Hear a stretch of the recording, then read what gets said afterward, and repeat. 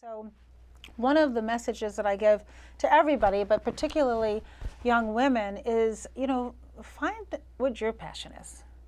Find out what works for you.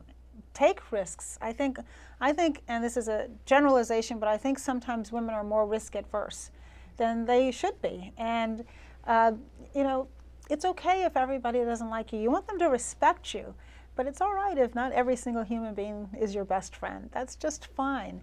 And I also found early on, and I think that you women who are younger than me are far wiser, is that I thought that the women who had fought for women's rights and demonstrated and,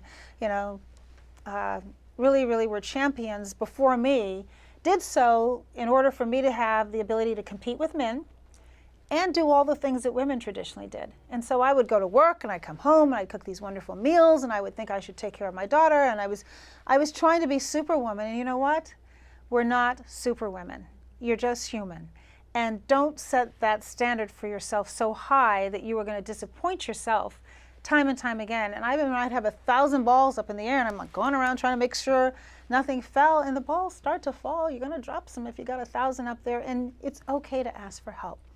And I could not. I was a single mom from the time my daughter was very young, and I couldn't have done it without my parents.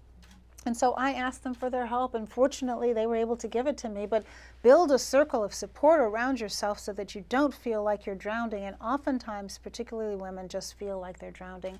And that's part of what has driven us to have this summit that the president wants to have. Is he watched his grandmother hit a glass ceiling working at a bank, and she was far more qualified than the people she trained who leapfrogged over her.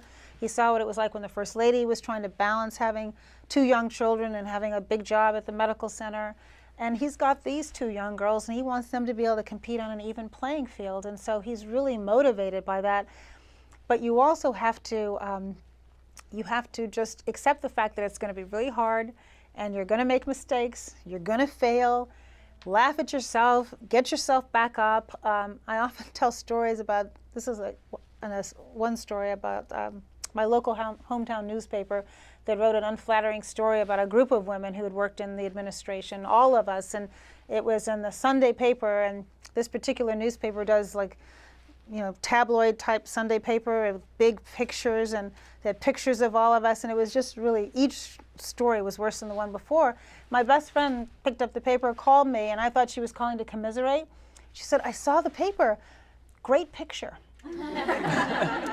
So my point is, if your best friend doesn't actually read the article, don't take yourself so seriously that it paralyzes you, and get help. And also the other thing, I could go on this for a long time, got lots of advice for women.